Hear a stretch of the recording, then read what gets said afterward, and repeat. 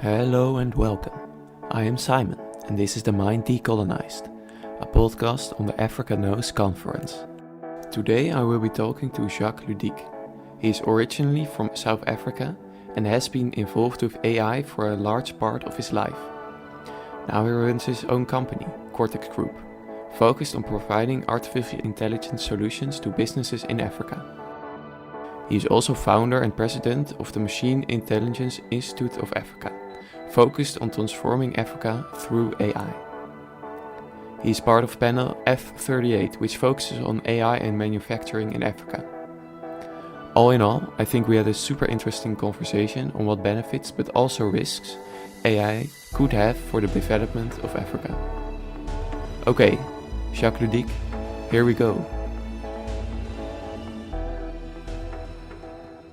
Let's start with a short introduction for our listeners. Okay. Could you tell something about yourself? What do you do and how are you involved in the Africa Knows conference? Yeah, I've been involved in so many different conferences, and I think I was one of the latter conferences towards the end of 2020. And I think at that particular conference, I was talking about health wellness applications and how we transformed the business from it's an AI business, Cortex, but into a AI-driven health wellness solutions, a digital platform that drives wellness for people. But we also have health, but there's also financial wellness. We're actually building both sides. So it's quite interesting, intriguing. And obviously your finances also impact your health, your mental health, and sometimes vice versa. So it's quite interesting, that play. Founder of the Machine Intelligence Institute of Africa. That's what I'm currently also doing. But the main business venture is Cortex, the Cortex Logic, part of the Cortex Group. My background is in artificial intelligence. So I did a PhD in machine learning AI at Stellenbosch University a number of years ago, and also a researcher in this particular area. So I'm actually also now writing a book, and I should be finished with that hopefully in the next month or two or three. I'm hoping in the first for this quarter it should be done. And the focus is on democratizing AI to benefit all. So how can we benefit everyone? How can we democratize AI to benefit everyone? And this is all part of that massive transformative purpose of shaping a better future in a smart technology era. So I'm quite excited about that. That particular book is also talking about exactly how AI is impacting all industries, different sectors. It's talking about government, it's talking about national policies. It's talking about the state of the art in AI and where we're going with AI.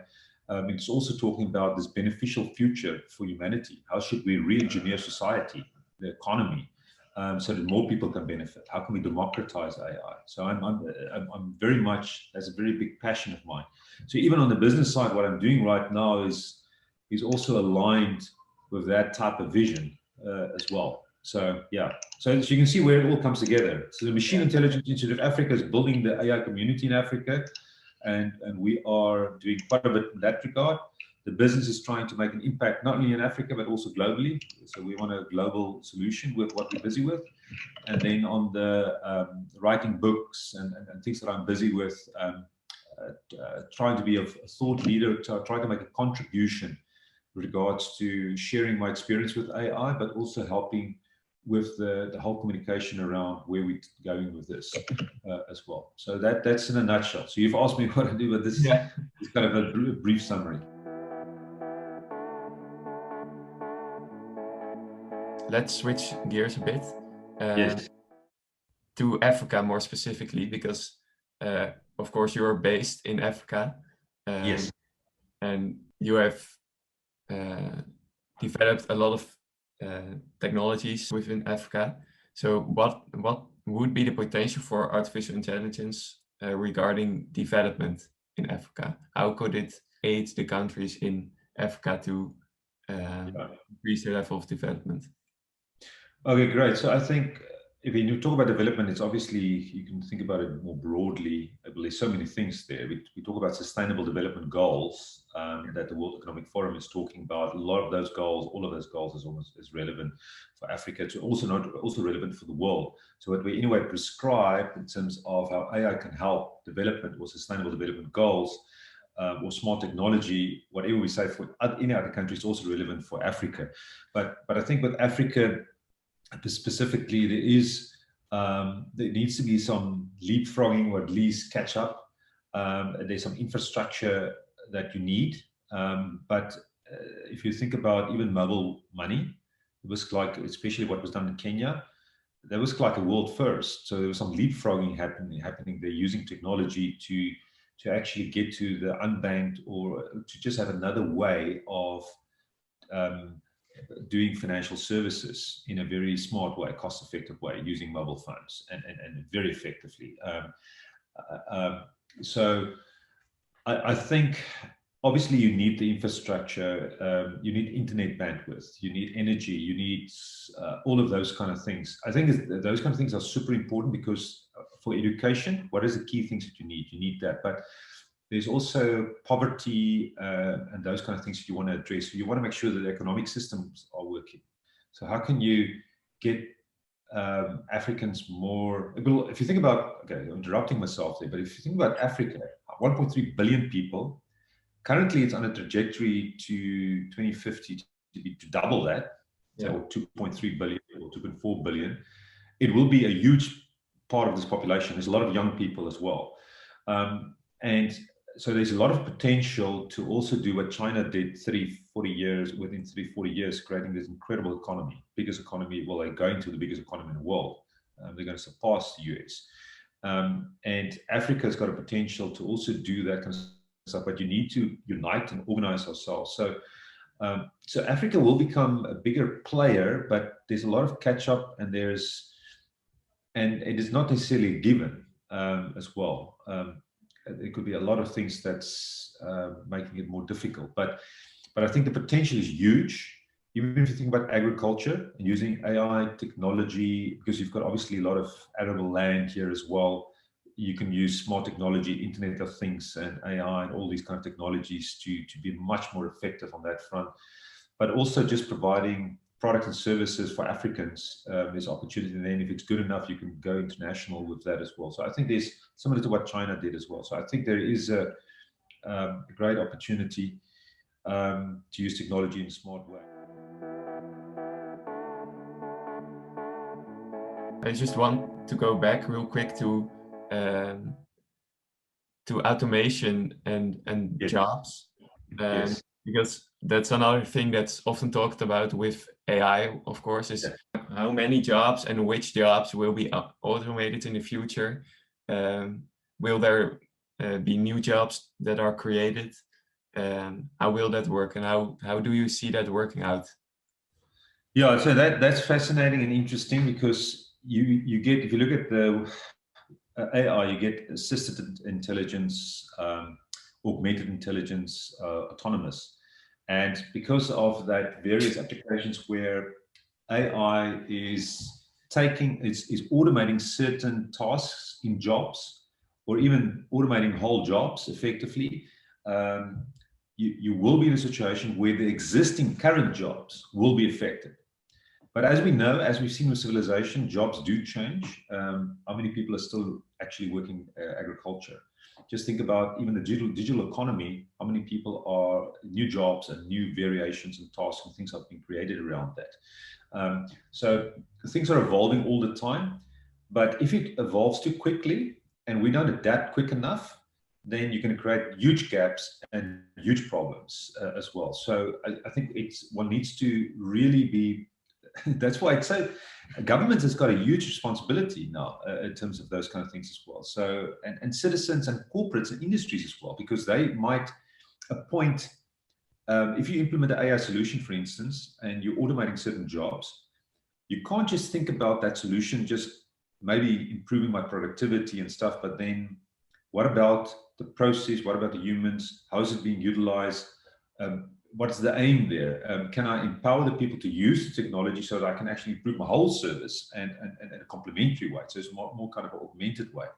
So the responsibility is not just on government, it's all of us. It's in industry, as we progress, as we transition, as we try to make businesses work, we need to think about locally within your company, within your corporation, how can I be sensible and how can I create applications of AI that's kind of supporting, augmenting us, and can I use those individuals, humans, in smarter ways to do creative things, to use technology in smart ways. So I think there's opportunities around that, but we definitely, it's the outcomes is not guaranteed, and the problem is also with the way our society is set up, engineered. We don't value maybe educational jobs or certain healthcare jobs and stuff. And I think we need to think about society and jobs and the economy and meaning. What does it mean to be human? And what is the things that people want to do? Because people want to feel they're making contributions, and they're feeling valuable. But that's all has to do with how you think about things. So we might, if we get to a world where there's superabundance, where you get AI that's doing most of the products and services, well, there will always be entertainment services or other types of things where you've got humans involved. I can't see a world where you don't have products and services that exclude humans completely, because it's anyway stupid, because technology should serve us. So yes, if you can use it to actually make it much more cost-effective product and services, so you can give in a more cost-effective fashion, more product and services to more people, that's great. But you still also at the same time want to create societies where people want to live in, that's empowering and all of it. And so that people talk about universal basic income, talk about all these various things to address things maybe in the interim. But all of those kind of solutions are on the table, I think. I think if you can reward people for their positive contributions to society, and it could be various things. Maybe it's not the way we traditionally think about jobs.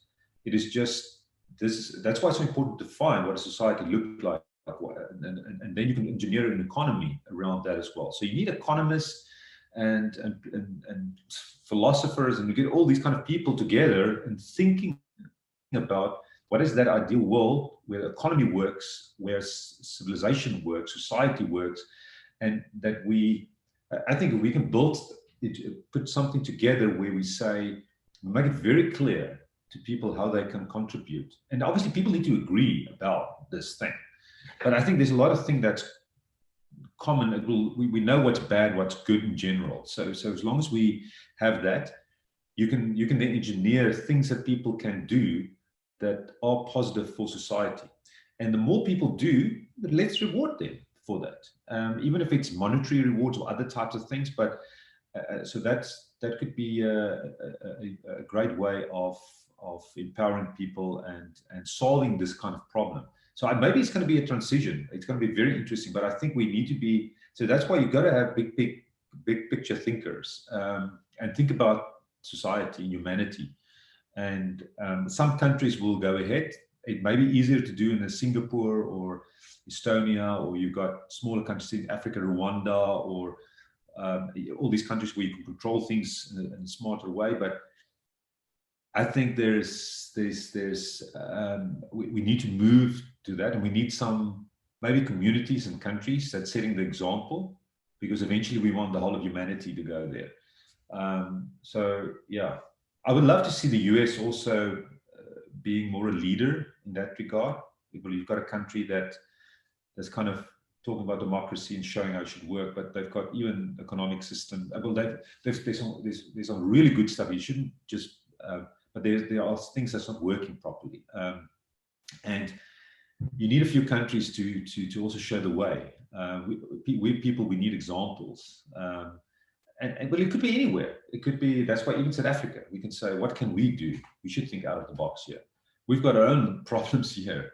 If you think about the Netherlands, what can the Netherlands do within Europe to set an example? So I think if we have more of that kind of thinking and trying to build that society that we all want and engineer it in a proper way, then that's great. I think the only problem is we still sit in a world that's very hybrid. You've got, I think capitalism is dominant on the economic front everywhere, even in China and stuff like that. So you have a system that's there, and the problem is people are exploiting that businesses and the rich are getting richer almost, and so it's a bit of a issue. So we still have that reality. How do we move this thing in a smart way, where it's a bit more equitable, where it works, where society works? But it's clearly something that nobody individually, Google can't solve it on its own, Apple can't solve it on its own, this government can't solve it. So you need that collaboration. We have to collaborate. We have to, and if you think about democracies, if you don't have people proper sense making, you're not going to solve it, because people are just being influenced by various groups, and they are almost like sheep following certain things, and that's not ideal. So I think you need really wisdom and really good leadership and clear guidelines of where we want to go. So this book that I'm writing is actually talking a little bit about that, but there's more work that needs to be done. Okay, well, I think that's quite a positive note to end on, that we need to do it together. So I would like to thank you so much for this interview, for this opportunity. It has been really insightful, super interesting. I'm looking forward to seeing you, to hearing about your book, and seeing you maybe on the Africa Knows conference during a panel. Well, thank you very much. I really appreciate it, Simon. It was great to talk to you, and good luck. And thanks for all the interesting questions. And let's stay in contact. Thanks for listening. If you found this interesting, in the next episode I will talk with André Lelyveld about how frugal innovation could aid in the development of Africa. What is frugal innovation, you ask? Well, I guess you will just have to listen. Until next time, this was The Mind Decolonized.